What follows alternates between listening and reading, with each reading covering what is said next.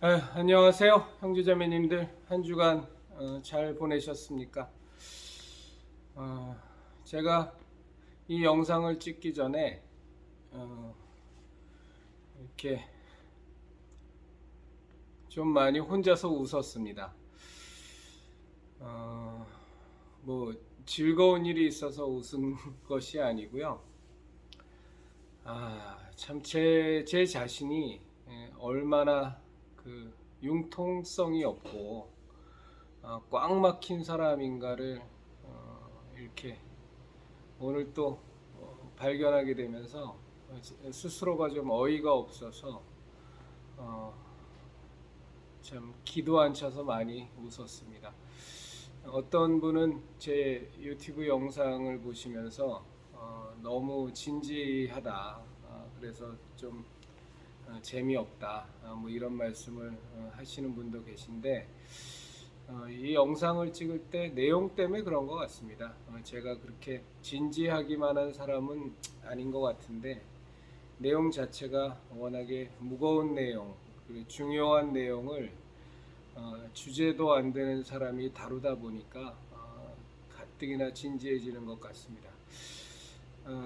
뭐가 어이가 없어서 제가 웃었냐면, 지금이 이제 주일을 넘어서서 이미 날짜로는 월요일 날 새벽 1시가 됐습니다. 이제 몇 시간 뒤면 저는 또 출근을 하러 새벽에 또 일어나서 나가야 되는데, 어, 사실은 어저께부터 되게 좀 토요일 날 영상을 올릴까, 주일 날 저녁 때 영상 올리면 이게 또 주일날 저녁도 잘 쉬질 못하는데 이제 하는 그런 생각이 자꾸 들었어요. 자꾸 들었는데, 아니야, 그래도 우리 형제 자매님들하고 약속한 게 이제는 토요일날 저녁 때는 올리지 않기로, 혹여나 제가 목사 비판하는 얘기를 많이 하니까 진짜 참 목자를 모시고 신앙생활을 하시는 분들에게도 악영향을 미칠까 해서 이제 주일날 저녁 때 영상을 올리겠다고 말씀을 드려서 토요일날 올리지 않잖아요. 근데 그래도 토요일날 찍어서 주일날 저녁 때 올리면 되는 거 아닙니까? 그렇죠? 근데 제가 얼마나 꽉 막히고 융통성이 없냐면, 주일날 올리는 영상이니까 주일날 찍어야지 이런 생각이 있어서 이 시간에나 이제 날짜로는 월요일이 된 새벽 1시에 영상을 지금 찍고 있다 말이죠. 그러니까 제가 이제 소위 말해서 투잡을 뛰니까, 그러니까 주일에도 저녁 때나 오늘 같은 경우는 좀 많이 와서 일을 해야만 하잖아요. 주중에 하지 못하는, 처리 못하는 일들이 자꾸 생기니까. 근데 막 너무 피곤한데, 오늘 또 밤에 영상을 찍을 생각하니까 벌써부터 막 월요병이 막 오는 거예요. 참 사람 간사하죠? 이제 한 달 일했는데 월요병이 옵니다. 참 간사합니다. 저 자신도 보면, 야, 이렇게 간사한가 싶습니다.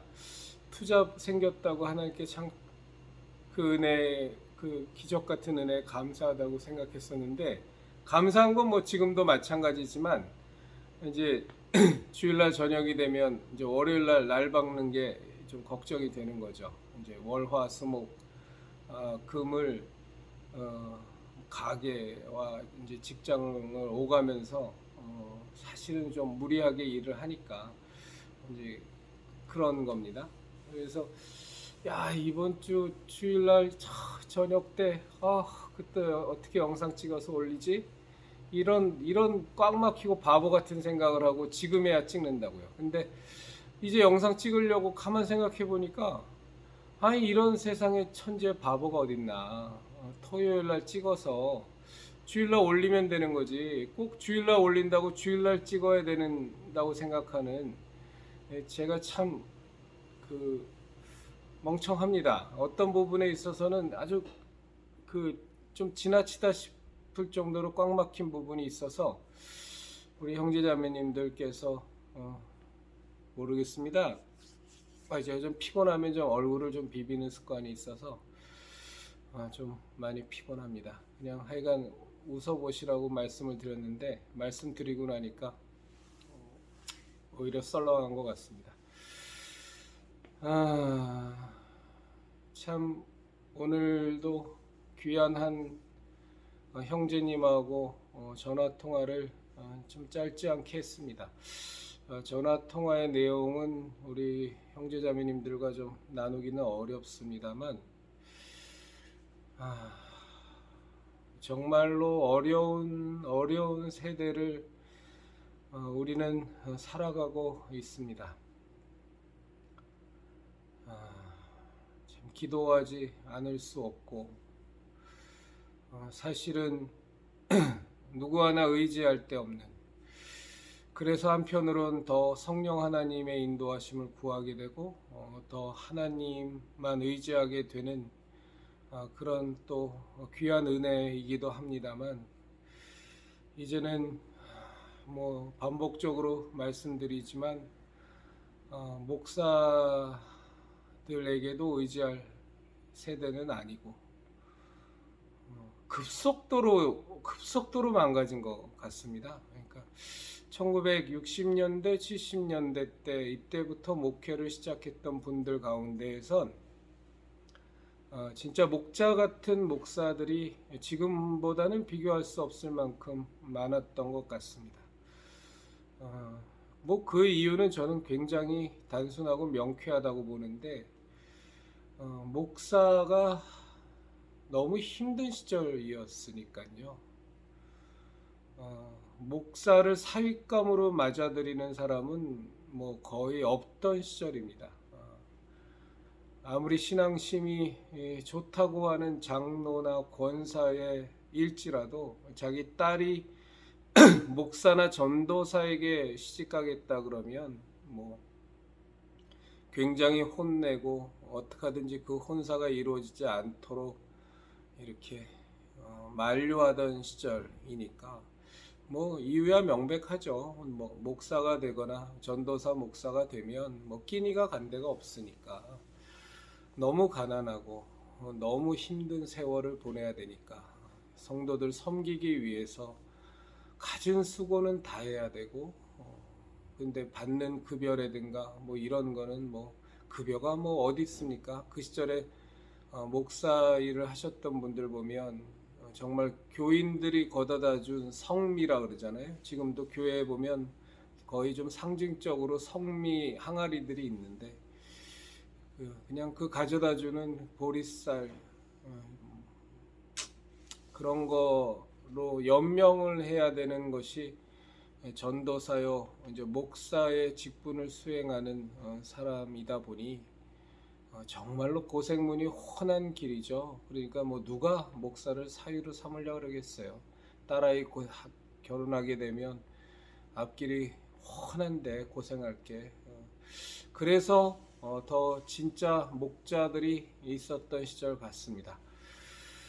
이제 그러다가 1980년대에 들어서면서 하나님의 은혜인데 참 그 은혜를 다 까먹어 버렸습니다만, 한국의 개신교회가 수적으로 폭발적으로 증가하죠. 100만, 200만 명에 불과했던 출석교인이 800만을 넘어서고 심지어 1000만을 넘어섰다고도 얘기하는데, 저는 뭐 그렇게까지는 보지 않습니다. 근데 그 등록교인이 아니라 출석교인이 800만을 넘어선 시절도 분명히 있었으니까요. 그러면서 이제 목사들의 처우가 엄청나게 개선이 됩니다. 뭐 급여를 연봉을 뭐 몇 억대를 받는 목사들이 질비하게 나오게 되고, 뭐 자동차, 고급 승용차는 물론이고 뭐 사택으로 아파트 받는 것도 기본이고, 또 퇴직할 때 뭐 퇴직금이 수억 원에, 뭐 심지어는 전별금이라는 명목으로 개척교회 목사 같은 경우는 뭐 떠날 때 뭐 십수억 원, 많게는 뭐 예전에 소망교회 곽선희 목사 같은 사람은 뭐 어마어마하게 챙겨갔지 않습니까? 예전에 그 삼일교회 전병욱 성추행 파문으로 문제가 많았던 전병욱도 삼일교회 떠날 때 그때 그 삼일교회 장로가 이렇게 올린 글 보면 물론 그 글에 의한 겁니다만 뭐 사실이겠죠. 뭐 전별금만 십수억 원 받아갔다는 얘기가 있는데 이제 그렇게 이제 목사들의 생활이 부와 명예와 존경과 또 교회 내에서는 어마어마한 권력을 행사하게 되고 또 목사들이 교단을 만들어서 교권을 지극히 강화하고 자기네들의 기득권을 수호하기 위해서 한마디로 말해서 이제 목사들이 똘똘 뭉치면서 부와 명예와 권력과 또 기득권 수호를 위한 단체까지 이제 강화하면서 이제 점점 목사들이 급속도로 타락했죠. 제가 일전에 한번 말씀드린 것 같은데 신학교에 지원하는 지망생만 봐도 뭐 그것은 확연히 드러납니다. 지금 작고한 조영기 목사나 뭐 지금 뭐 생존해 계시지만 뭐 김사만 목사, 뭐 김진홍 목사, 뭐 이런 사람들이 그 신학교에 지원할 때는 거의 대부분 다 미달이었죠. 뭐 소강석이가 나온 뭐 지방에 있는 뭐 신학교는 말할 것도 없이 미달이고 그나마 대표라고 하는 뭐 장신이니 총신도 줄줄이 미달인 시절이 1980년대 이전의 신학교입니다. 지원을 안 하는 겁니다. 너무 고생스러우니까 누가 정말 하나님 사명 받지 않으면 그 가시밭길을 누가 가려고 하겠어요. 이제 그러면서 오히려 더 진짜 목자 같은 목사들이 있었던 겁니다. 그런데 80년대 넘어서서 이제 교회당이 예배당이 엄청나게 커지게 되고 교인이 뭐 구름대같이 몰려들고 또 부흥사들의 그냥 그 화력에 같이 힘입어서 소위 말해서 목사들이 너무너무 부유해지고 이제 권력을 쥐게 되고 그러면서 목사라는 직업이 사윗감으로도 아주 촉망받는 직업으로 또 자리바뀜을 하게 됩니다. 그러면서 타락하는 거죠. 1980년대, 90년대, 2000년대, 2010년까지만 해도 저는 뭐 정확하게 연도는 모르겠습니다만 개략적으로 제가 알고 있는 선에서는 2010년까지 2015년까지도 이어질지도 모르겠습니다. 장신대나 장로교 신학대나 총회 신학교를 가려면 이제 재수는 뭐 기본이고 재수는 필수고 뭐 삼수도 기본인 그렇게 이제 목사 지망생들이 엄청나게 이제 늘어나죠. 뭐 당연히 촉망받는 직업에 제대로 개척만 잘 돼서 교인 수만 늘어난다면 뭐 억대 연봉을 받는 것은 뭐 기본이니까 그러니까 지원자가 많아지는 겁니다.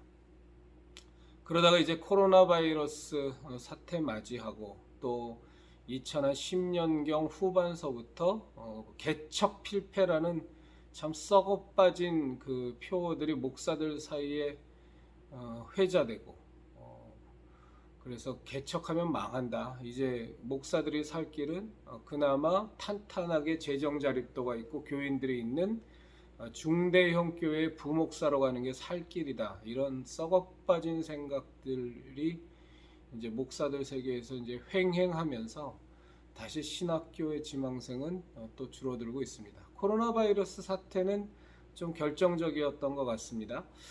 그래서 뭐 최근에 보면 뭐 고시는 뭐 말할 것도 없고 장신 총신도 지원자가 급감하는 그런 양상을 보이고 있습니다. 이런 것만 봐도 뭐 목사들은 뭐 자기네들의 신앙 고백을 하면서 정말로 하나님께서 자기는 원치 않았는데 전 그 말도 왜 자꾸 그렇게 하는지 모르겠어요. 원치 않았으면 안 하면 되는 거지. 뭐 스스로가 요나도 아니고 자꾸 자기는 원하지 않았는데 하나님께서 강권하셔서 어떻게든 안 하려고 했지만 하나님께서 거의 강권하셔서 뭐 교통사고 나고 뭐 여러 가지 일 겪으면서 어쩔 수 없이 신학교를 가게 됐다고 뭐 이런 말들을 하는데, 저는 그것도 그런 분들 계시겠죠. 그게 왜 다 거짓말이겠습니까? 사실 그렇게 하나님이 강권하신 분들도 있겠지만, 그런 것들이 이렇게 너무 회자되는 것은 어떤 그 목자의 길을 걸으면서 걷게 되는, 그리고 숙명적으로 안고 가야 되는 섬김의 삶, 그리고 낮아지는 삶, 지극히 겸손한 삶을 자기가 살지 않아도 나를 목사로 부른 분은 하나님이시기 때문에 하나님이 책임져야 된다라는 어떤 면피성의 그 좋지 않은 의도도 거기에 숨어 있다고는 저는 생각합니다. 근데 하나 분명한 것은 신학교에 간 모든 사람들이 사명자가 아니라는 것만큼은 분명합니다. 정말 어렵고 힘들 때에는 목사가 씨가 말랐다가, 목사가 돈 잘 벌고 잘 나갈 때에는 신학교가 미어 터지다가, 이제 또 어려워지니까 또 미달 사태가 나는 이런 것을 놓고, 사명 운운하는 것은 모든, 그중에 분명 사명을 받은 목자분도 계시겠지만 뭐 전체가 다 자기들도 사명자다라고 얘기하는 건 죄송한 표현입니다만 정말 지나가는 개가 웃을 소리가 아닌가라는 생각이 듭니다. 제가 오늘 영상에 제가 요즘 이제 혼자서 예배를 드립니다. 뭐 여러 가지 이유가 있습니다만 그 이유까지 설명드리긴 좀 어렵고요. 사실은 예배라고 하기에도 좀 하나님 앞에서 좀 남사스럽고 좀 부끄럽습니다만, 그래도 그냥 그 주일날 혼자서 예배를 드리는데, 그냥 한번 올려봤습니다. 올린 이유는 제가 예배 이렇게 드립니다 하고서 자랑하려고 올린 거는 뭐 그런 의도는 전혀 없고요. 그냥 제가 어떻게 혼자서 예배를 드리는가라는 것을 함께 샘플처럼 나누고 싶었습니다. 저는 그 예배 시작 전에 이제 기도하고 뭐 다른 기도 드리지 않습니다. 하나님께 찬양 드릴 텐데, 이 찬양 통해서 첫째는 하나님이 받으실 수 있는 진실된 찬양 되게 해달라고 기도하고요. 또 무엇보다도 또 제 영혼이 살아날 수 있는 찬양 되게 해달라고 기도하고, 그 기도를, 그리고 제가 주의 말씀 대할 텐데, 주의 말씀 대할 때 억지로 해석하려고 욕심 부리지 말고, 성령 하나님께서 저에게 깨달음 주셔서 하나님의 깊은 것까지도 통찰하시는 성령 하나님께서 절 도와주셔서 거룩하신 주의 말씀, 생명의 말씀 대할 때 좀 깨달아야만 하는 내용들, 그리고 깨달을 수 있는 것들은 깨닫게 해달라고 기도합니다. 그리고 그 기도 마치고 이제 찬양 드립니다. 찬양은 뭐 한 곡을 여러 번 부를 때도 있고요. 뭐 형식의 구애는 없습니다. 좀 이렇게 집중이 되지 않고 찬양을 좀 허투루 불렀다는 생각이 들면 같은 찬양을 여러 번 부를 때도 있고, 그래서 제 마음에 진심이 담길 때까지 좀 반복하는 경향이 있고요. 그렇지 않은 경우에는 이렇게 여러 곡의 찬양을 하나님께 드리기도 합니다. 하나 분명한 것은 제 영혼이 살아나는 것만큼은 분명히 느낍니다. 하나님께서 받으시는 찬양이었으면 좋겠는데, 하나님께서 잘 받으셨는지 기뻐하셨는지에 대해서는 뭐 제가 가타부타 말씀드릴 계제는 아닌 것 같습니다. 그렇게 찬양 드리고 나면 이제 오늘은 요한복음 16장을 읽었는데, 이제 요한복음을 한 장씩 갑니다. 평소 때는 이제 제가 창세기서부터 쭉, 그다음에 여호수아서부터 쭉, 그리고 마태복음서부터 쭉, 사도행전서부터 쭉 해서 하루에 4장 정도를 이렇게 읽는 것을 목표로 하고 있는데, 사실은 요즘 좀 놓칠 때도 많습니다. 좀 게으른 탓도 있고 좀 몸이 좀 많이 너무 피곤하다 보니까 자꾸 미뤄서 하루에 4장씩 못 채울 때도 많은데, 참 좋지 않은 것 같습니다. 성경을 좀 더 열심히 읽어야겠다고 생각을 합니다. 근데 어쨌거나 주일에 제가 예배 드릴 때는 이제 요한복음 오늘은 16장 했으니까 다음 주에는 17장을 읽습니다. 소리 내어서 읽고요. 2번에서 3번, 아닙니다. 최소한 3번 정도. 그리고 조금 더 곰곰이 묵상해 보고 싶은 대목이 있으면 몇 번 더 뇌가려 보고, 그리고 하나님께서 성령 하나님께서 저에게 깨닫게 해주시는 것 있으면 마음속에 간직하고, 잘 모르겠는 것은 뭐 억지로 해석하려고 하지 않고 넘어갑니다. 그렇게 해서 한 3번, 4번 이렇게 한 장의 말씀을 이제 상고하고 나서 이제 그리고 나서 이제 또 찬송을 드립니다. 찬송을 시작할 때처럼 찬송을 하나님께 드리고 그리고 기도하고 마치는 이제 그런 모습으로 저는 저의 개인 예배를 좀 예배라 그러기도 좀 창피하고 부끄럽습니다만 저는 그런 시간을 주일날 하나님과 함께 갖습니다.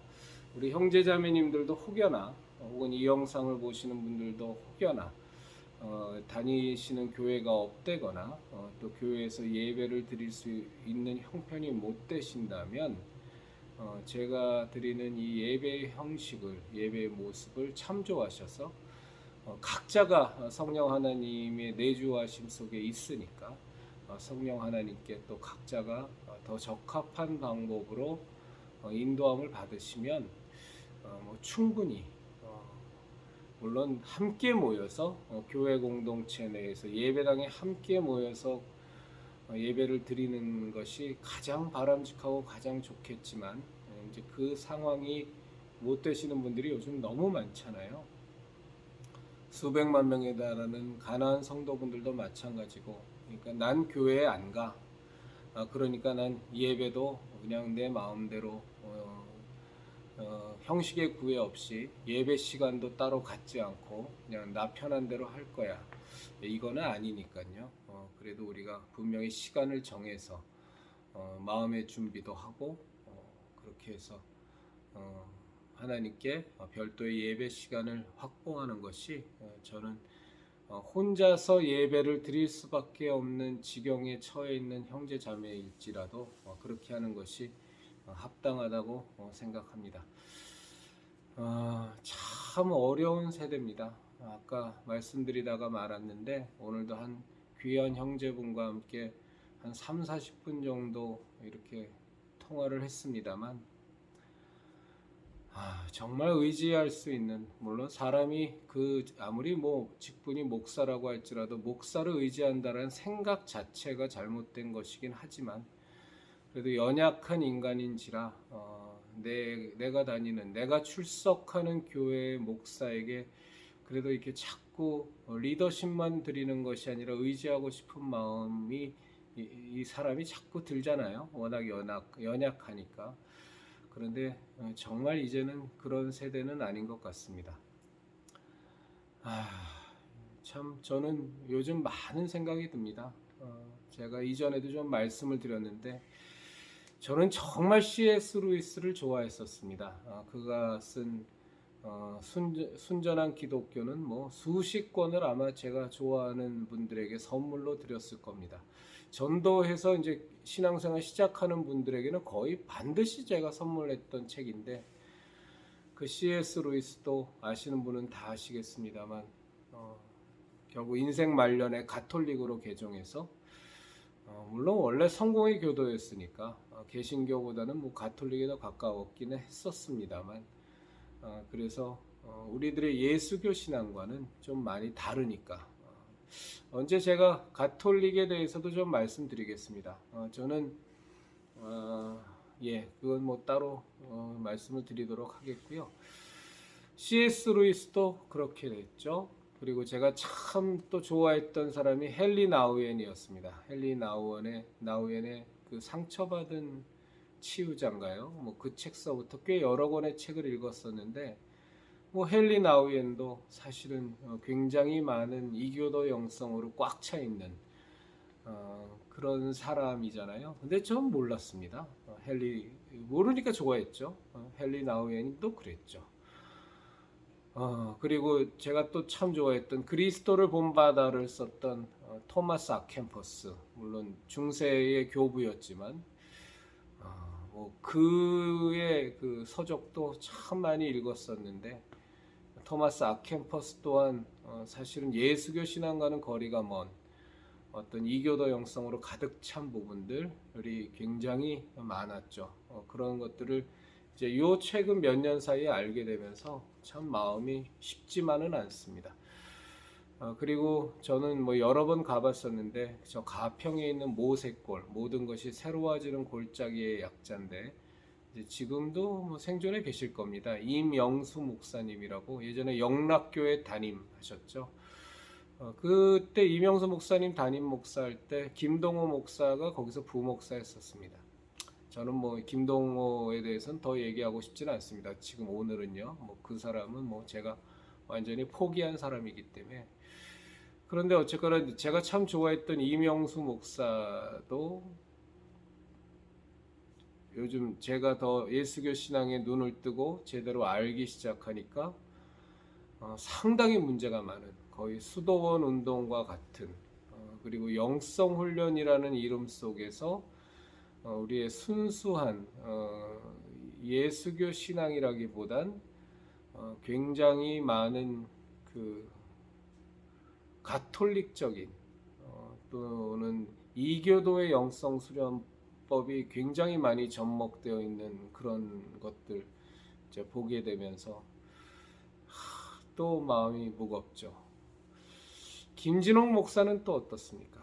새벽을 깨우리로다의 김진홍 목사는 뭐 그 찬찬하면서도 깊이 있는 설교에 신앙에 열심히 있는 사람이라면 누구나 다 그냥 참 좋아했었던 목사인데, 둘의 수도원 운동을 하질 않나. 또 몇 년 전에는 뭐 지금도 마찬가지일 거라고 생각하는데, WCC 그 종교다원주의를 주창하는 그런 모임을 지지하는 발언을 공공연히 하기도 하고, 유기성 목사도 마찬가지죠.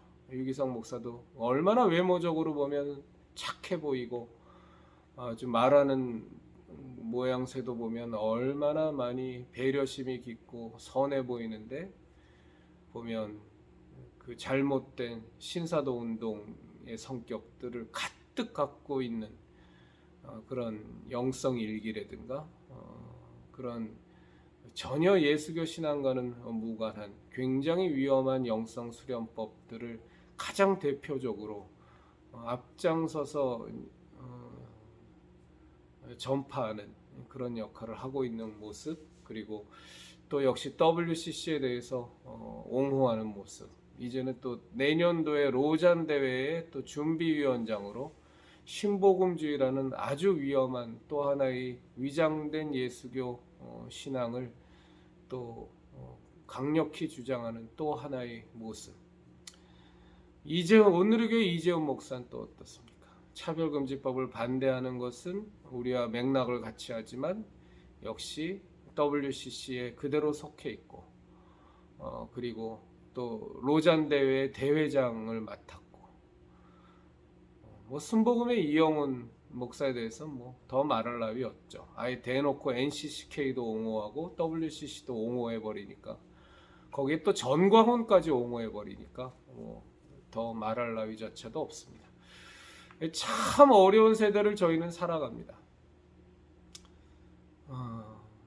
참 이 목사는, 이런 목사는 괜찮겠지 해보면 정광훈을 지지하고 있고, 또 정광훈은 반대하는데 또 이런 목사는 괜찮겠지 하고 가보면 WCC에 속해 있고, WEA에 또 속해 있고, 또 이런 목사는 괜찮겠지 해보면 뭐 이건 뭐 완전히 황금만능주의에 찌들어 있고 교권주의에 찌들어 있고, 또 이런 목사, 그래도 이 목사는 또 뭐 WCC도 반대하고 정광훈도 하고도 싸우고 뭐 좀 괜찮은 목사 아니야? 라고 생각했는데, 보면 그냥 아주 그냥 뼛속 깊이 그 평신도와 목사를 나눠서 생각하고 목사 우월주의, 그냥 교권주의에 그냥 꽉 사로잡혀서 한 발자국도 움직이지 못하는, 목사에 대해서 비판하는 발언을 하면 그냥 입에 거품을 물고 덤벼드는. 그러니까 참 저희 그 성도들 입장에선 이제는 확실히 목사라는 존재는 의지할 대상은 아닌 것 같고요. 사실은 여태까지 의지하면서 왔다는 것 자체가 어쩌면 아니라 확실한 겁니다만 성도로서의 직무유기죠. 우리 안에 내주하고 계신 성령 하나님이 계심에도 불구하고 우리가 그 성령 하나님의 인도하심을 날마다 매 순간 구하면서 주 예수 그리스도의 십자가 대속의 은혜로 말미암아 구원을 받고 죄 사함을 받고 하나님의 자녀로 거듭났고, 또 예수님께서 오늘도 요한복음 16장에서 함께 나눴습니다만 예수님께서 정말로 내가 떠나가는 것이 너에게 유익하니 내가 가지 않으면 성령 하나님이 너에게 올 수 없다. 그러나 내가 가면 진리의 성령을 너에게 보내시리니 그가 나에 대해서 모든 것을 알고 깨닫게 해주실 것이다라는, 그리고 그것이 너에게 훨씬 더 유익하다라고, 예수님께서는 떠나시는 것이 성령 하나님께서 우리에게 오시기 때문에 훨씬 더 유익하다고 말씀하셨음에도 불구하고 우리는 살면서 성령 하나님을 정말로 의지하면서 살지 못하는 모습이 거의 대부분이었습니다. 우리가 성령 충만하다라고 한다면 뭐 기껏 우리가 생각해봐야, 기껏이란 표현도 뭐 적절치는 않습니다만 뭐 방언의 은사를 받는다거나 뭐 신유의 은사를 받는다거나 이런 은사적인 측면이라든가, 혹은 성령님께서 우리에게 역사하심으로 우리에게 맺어지는 성령의 9가지 열매 정도만 생각하는 그런 것을 우리가 성령 충만을 받는다라고 생각했지, 사실은 우리가 아침에 눈을 뜨면서 저녁에 잠들 때까지 혹은 잠자고 있는 그 순간마저도 성령 하나님께서 우리의 삶을 아주 세밀하게 섬세하게 인도해 주시기를 바라고 구하고 직접적인 인도하심을 받기를 정말로 소원하는 그런 일에는 웬만한 예수교 신앙인들도 참 소홀하지 않았나. 그 소홀함이 우리 성령 하나님을 얼마나 많이 서운하게 해드리고 우리 하나님의 마음을 얼마나 많이 답답하게 해드렸나를 생각해 보면 저 자신도 회개할 것이 너무나도 많은 것 같습니다. 제가 이제 커피를 볶으면서 이제 뭐 꼼짝없이 매어 달려서 3시간, 4시간 동안 커피 볶는 기계 앞에서 매어 달려 있어야 되니까 다른 뭘 할 수가 없거든요. 그러니까 뭐 사실은 드라마도 틀어놓고 또 말씀을 듣기도 하고 뉴스를 듣기도 하면서 이제 그 시간을 가는데, 하루에 평균 한 4시간 이상 정도 커피 볶는 시간만 가지니까 이제 그렇게 하고 있습니다만, 이제 최근에 제가 본 그 영화가 뭐였냐면 그 버드 박스라고, 새장이겠죠, 새장, 날아다니는 새 말입니다. 그 버드 박스라는 영화를 봤는데 참 저한테는 그 영화가 시사하는 바가 많았습니다. 어떤 내용이냐면 어느 날부터 갑자기 집단 자살하는 상황들이 마구마구 세계 도처에서 벌어지는 겁니다. 그 원인을 전혀 알 수 없었는데 하나의 공통적인 특성은 뭐였냐면 눈을 가려서 우리가 숨 쉬는 이 대기, 하늘, 뭐 우리 공기층 있지 않습니까? 그것을 바라보지 않으면, 눈을 가리면 사실은 그 집단 자살의 그런 광란의 상태로 넘어가지 않는 겁니다. 그래서 그것을 발견한 사람들이 다 눈을 가리고 숨어서 살아갑니다. 그리고 집 안에는 아주 진한 색의 커튼을 쳐놓고 그렇게 은폐돼서 살아가는데 그게 참 만만한 삶이 아니죠. 눈을 가리고 살아가는, 영화를 보는 내내 답답함을 제가 느낄 정도인데, 물론 뭐 영화 극중 내용입니다만 실제로 저렇게 살아가야 된다면 얼마나 답답하고 얼마나 힘들까라는 생각을 절로 하게 되는 영화죠. 근데 이 집단 자살을 하는 사람들이 또 나름대로 참 그 진화합니다. 어떻게 진화하냐면 집단 자살로만 끝나는 것이 아니라 이제 거기서 더 진화해서 눈을 가리고 사는 사람들을 발본색안해 갖고 자기들처럼 만들거나 아니면 죽여버리는 이제 그런 임무까지 수행을 해서 이제는 그 대기를 바라보면서 자살에 참여하게 되는 위험뿐만이 아니라 자기네들을 찾아내서 죽이려고 하는 그런 위협 세력까지도 맞닥뜨리게 됩니다. 이제 그러다가 이제 아주 극적으로 함께 그 소위 말해서 집단 최면에 집단 환각에 빠지지 않은 사람들과 연결이 돼서 이제 주인공의 부류가 그쪽으로 탈출을 하는. 근데 막상 탈출해 보니까 이제 거기에 그 모임을 주도한 생존자 모임을 주도한 사람이 이제 시각 장애인이었던 거죠. 그러니까 그런 집단 시각 장애인 학교의 교장인 겁니다. 그러면서 이제 살게 되는데 그 영화를 보면서 제가 참 여러 가지 생각을 했던 건 정말로 요즘 같은 세태에는 어쩌면 이 영적인 현실을 신앙적인 현실을 차라리 모르고 살면 차라리 속이 편하겠다라는 생각을 할 때가 있습니다. 뭐 그렇다 그래서 제가 회피하고 싶은 마음은 없지만 참 알고 있다라는 것이 이렇게 힘든지는 몰랐습니다. 정말 너무너무 힘들고 그리고 또 한편으로 드는 생각은 뭐 예를 들어 사랑침례교회 정동수 목사님이라든가 또 저쪽에 회복의 교회의 김민호 목사님이라든가 이제 뭐 그런 분들도 뭐 저하고의 그 신앙적인 부분, 신학적인 부분은 많은 차이가 있습니다만 그럼에도 불구하고 참 목자로서 살려고 어찌하든지 교권에 찌들지 않은 목자로서의 삶을 살려고 참 노력하는 분들인데 요즘은 이제 그런 목사들을 보면 이제 드는 마음이 불안합니다. 이렇게 마음이 쿵땅쿵땅합니다.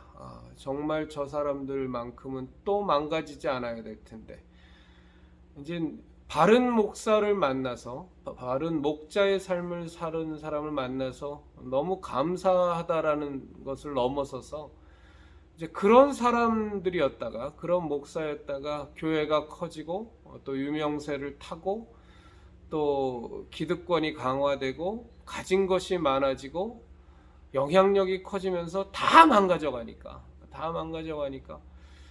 정말 저 사람들만큼은 좀 안 망가졌으면 이제 그런 마음 때문에 불안함이 있습니다.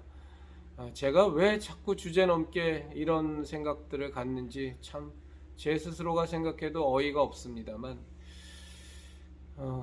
참 어떤 분들은 저한테 그런 얘기를 하죠.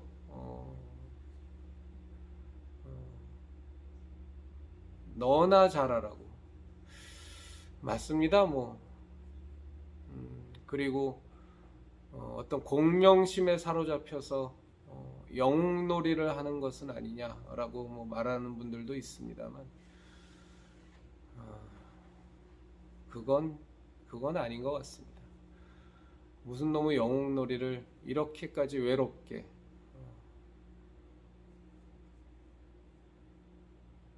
누구한테 뭘 얻는 게 있다고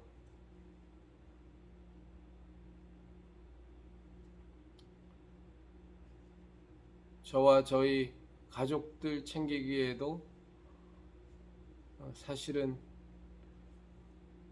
정신이 없는데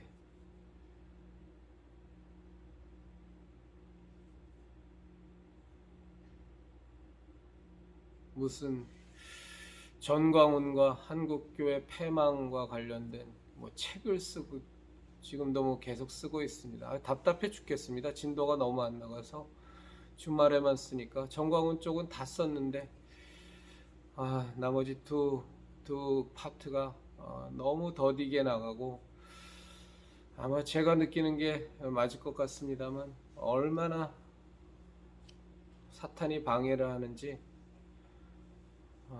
글 쓰면서 계속 기도하면서 씁니다.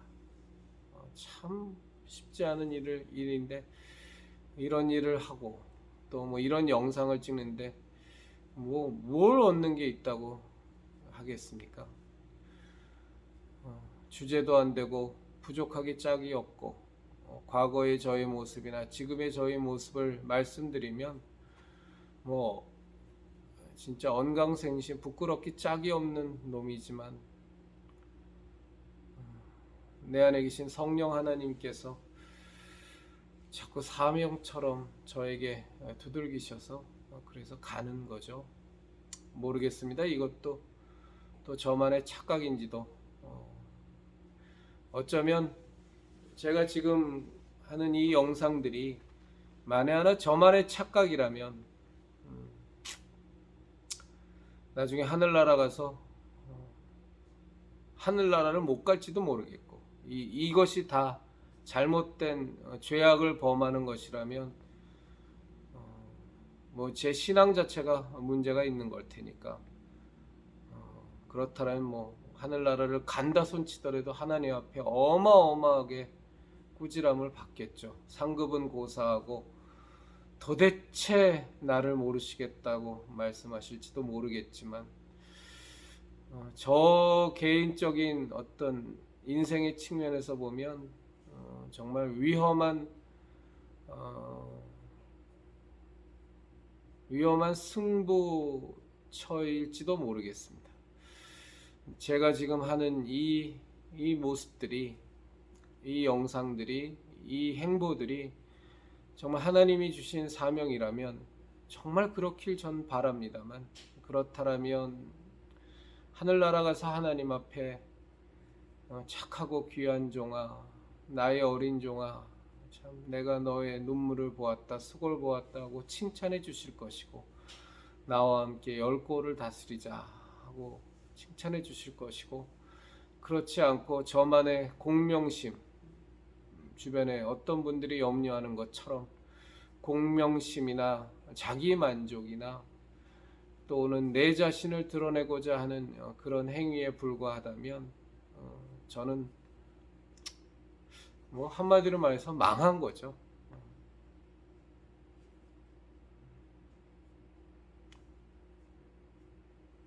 갑자기 이 얘기를 하고 나니까 좀 마음이 많이 숙연해지는 것 같습니다만 제 마음은 그렇습니다. 제 마음은 그렇습니다. 그래서 어찌하든지 제가 성경의 말씀대로 깨어 있으려고 나름대로는 노력하며 성령 하나님께 기도하고 있고 주의 말씀에서 벗어나는 행보가 있지는 않나 계속 곰곰이 생각해 보게 되고 스스로의 모습을 자꾸 돌이켜 보게 되고 하나님 앞에서 혼날 일은 아닌가, 하나님께서 기뻐하시는 일인가를 많은 시간 항상 머릿속에서는 그것이 맴도는 것 같습니다. 우리 형제자매님들 참 어려운 시기입니다. 너무너무 혼란스럽고 정말 성경에 나와 있는 그대로 배교가 판을 치고 부모와 자식 간의 원수가 되고 가족들 간에 불화하게 되고, 그럼에도 불구하고 우리들 그리스도인들은 예수 그리스도의 십자가 신앙을 어찌하든 지켜야 합니다. 이 예수교 신앙을 지켜서 우리 아이들에게 전해야 됩니다. 그리고 아직 예수교 신앙을 알지 못해서 하나님과 원수가 되어 사는 사람들에게 이 예수교 신앙을 전해서 단 한 명의 영혼이라도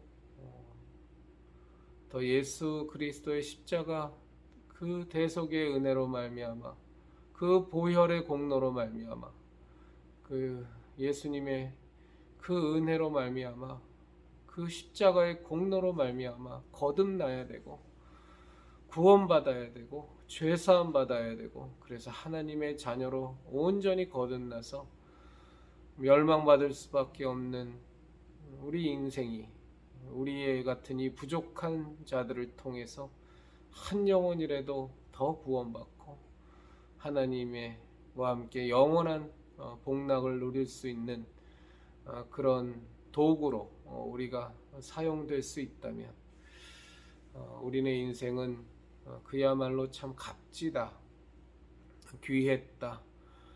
제대로 하나님께서 우리에게 원하시는 본질적인 인생의 본질적인 것에 충실한 인생을 살았다 말할 수 있을 겁니다. 네, 분명히 그렇게 해야 합니다. 그래서 우리의 금쪽 같은 우리의 자녀들도 꼭 예수교 신앙인 될 수 있도록, 지금 현재 그들의 모습이 어떨지라도 앞으로는 더 음란하고 더 죄악이 관영되고 더 혼란스럽고 더 혼탁해질 테니까 어찌하든지 우리가 더 주의 말씀 안에 굳건히 서고 날마다 성령님께 기도하면서 이 세대를, 우리를 위해서, 우리의 자녀들을 위해서, 형제자매님들과 형제자매님들의 가족을 위해서, 또 아직까지 예수님을 모르는 저 불신자들을 구원하기 위해서 우리가 수고하고 노력해야 되겠습니다. 한도 끝도 없이 이어질 것 같은데 몸도 너무 많이 피곤하고 해서 이 정도로 오늘 영상 마치도록 하겠습니다. 마지막으로 썰렁한 우스갯소리 하나 하면, 큰 깨달음 제가 얻었으니 이제 주일날 영상 올린다고 주일날 꼭 찍지 않아도 된다는 이 지극히 단순한 것을 참 너무너무 어렵게라도 깨달았으니 다음 주부터는 조금 더 여유 있을 때 영상 찍어서 주일날 올리도록 하겠습니다.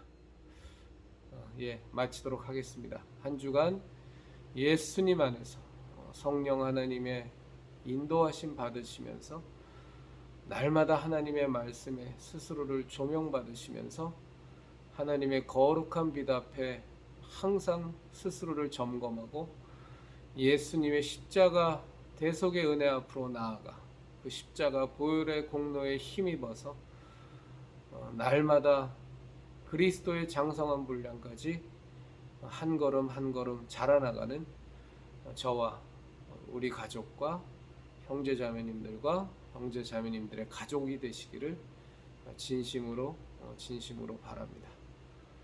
감사합니다.